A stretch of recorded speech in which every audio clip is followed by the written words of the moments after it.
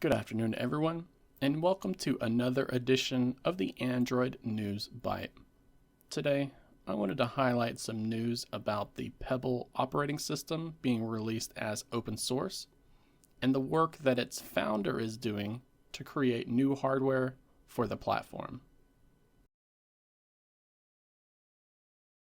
Eric Migicovsky began working on Pebble back in 2008 because he wanted a smartwatch with a specific set of features. Things like an always-on display, an extra long battery life, a simple user experience, and buttons that made it easy to interact with the software. The idea was received rather well by a niche community, and it was able to grow to become quite the popular product within the smartwatch industry. Eric did run into some financial issues and ended up selling the IP to Fitbit back in 2016. And that was then acquired by Google in 2021.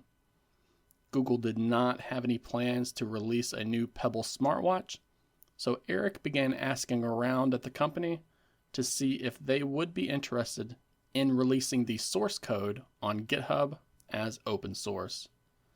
Thankfully, they said yes to this request, and for the past year, Google has been gathering a team together to prepare the code for the open source community. This week, that source code has officially been released, and you can check out their repository over on GitHub right now.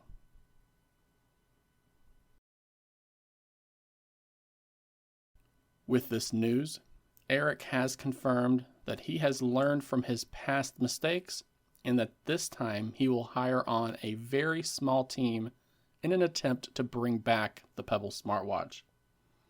He said that they want to keep things much more simple this time around, and it will have an emphasis on sustainability as well. There are no current plans to bring any outside investments, and he hopes that will allow them to focus on just creating a fun Pebble watch to replace those that are still being used today. The upcoming Pebble watch is said to basically have the same specs as we are used to, so we're unlikely to see any cutting-edge technology used here. But they have said that they are working on, quote, some new fun stuff as well, end quote. It will run the open source Pebble OS, and it will be compatible with all of the Pebble apps and watch faces that you're used to. You can sign up for the waiting list right now over on the website repebble.com so that you are made aware of new information about the project as soon as it becomes available.